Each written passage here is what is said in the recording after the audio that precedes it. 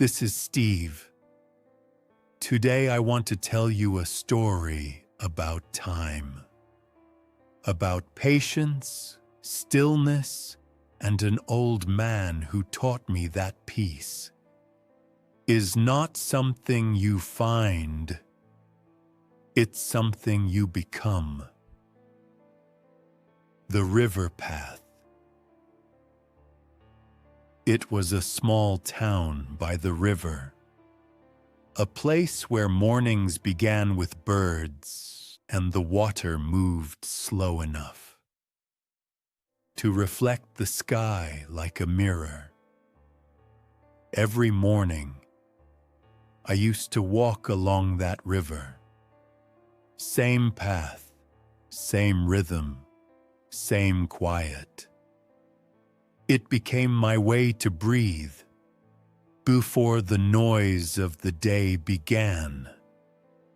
And every time I passed the big oak tree near the bend, I saw him, an old man sitting on the same rock, just watching the river flow. He never moved much.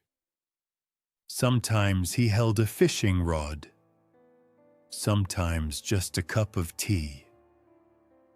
But mostly, he just sat there, as if the river itself were telling him a secret. At first I thought he was lonely, but over time I realized he wasn't lonely. He was peaceful. The silent routine. For weeks I walked by without saying a word. He was always there. A small figure in an old brown coat, hat slightly tilted, eyes lost in the water. Then one morning, I stopped. I stood a few meters away, watching the sunlight move across the water. He noticed me, smiled gently, and said, "You can sit if you want." His voice was quiet, the kind that doesn't try to teach, but somehow still does. So I sat. We didn't talk much that day. We just watched the river. It moved slowly, almost lazily, as if it had nowhere else to go. After a while he said, "You know, the river never rushes, and yet it always gets where it needs to be." I looked at him, unsure what to answer. He smiled again and added, "People could learn something from that." The wisdom of stillness. From that day on, I started stopping more often. Sometimes we talked about the weather, about his old fishing boat, about how the seasons changed the color of the water. But mostly we just shared silence. I began to notice things I had never noticed before. The rhythm of the wind, the way light dances on ripples, the sound of distant laughter carried by the breeze. The old man had no phone, no watch, no hurry. He didn't seem to measure time. He just lived inside it. One day I asked, "Don't you ever get bored just sitting here?" He laughed softly. "Bored? Number. The river's never the same twice. You just have to be patient enough to see it." That sentence stayed with me. The river and the mind. Over the weeks, I began to understand what he meant. The river was more than water. It was a mirror of the mind. When the current was strong, the water turned wild, noisy, unclear. Just like our thoughts when we rush or worry. But when the current slowed, the water reflected everything. The sky, the trees, even the clouds drifting by. It became calm, clear, beautiful.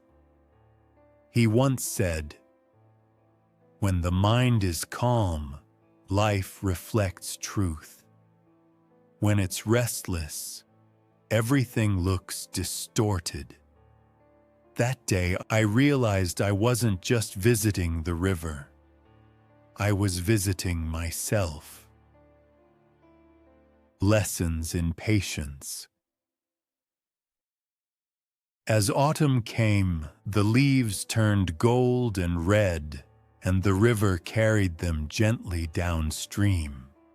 I watched one leaf spin slowly, caught in a small current. It tried to move forward, but the water pulled it back. Then, suddenly the flow shifted, and it drifted freely again. The old man smiled and said, "See that? Sometimes you have to wait for life to carry you forward." Patience. That was his lesson. Not the kind of patience that sighs and complains, but the quiet kind. The one that trusts the process, even when it doesn't make sense. He said, "You can't force the river. You can't force time. And you can't force people. All you can do is show up and flow." What the river taught me. Winter came, the mornings grew colder. One day I arrived and found the rock empty. For a moment, the place felt different, as if silence itself had deepened. I waited, thinking he might appear later, but he didn't, and I knew somehow that he wouldn't be coming back. I sat down on his rock. The river still moved slow and steady, as if nothing had changed. And maybe nothing had, because his lesson wasn't in his presence. It was in the stillness he left behind. I realized that peace doesn't come from escaping life, but from learning to see it clearly, to let it move without trying to control it. We spend so much time chasing, fighting, worrying, but the river doesn't chase, it flows. It trusts gravity. It surrenders. And that's what makes it strong. Maybe that's what wisdom is. Knowing when to move and when to be still. Reflections on time. As I sat there, I thought about how we all rush. We rush to grow up, to succeed, to get somewhere better. But where are we going, really? What are we trying to catch? The old man used to say, "Life isn't a race. It's a rhythm." And now I understood. If you move too fast, you miss the beauty around you. If you move too slow, you stop growing. But when you move with life, not against it, everything flows naturally. That's when peace appears. Not from doing more, but from being present enough to see what's already here. The gift of the river. Before I left that day, I whispered, "Thank you." Not to the man, but to the moment, to the lesson, to the river. I still walk that path sometimes.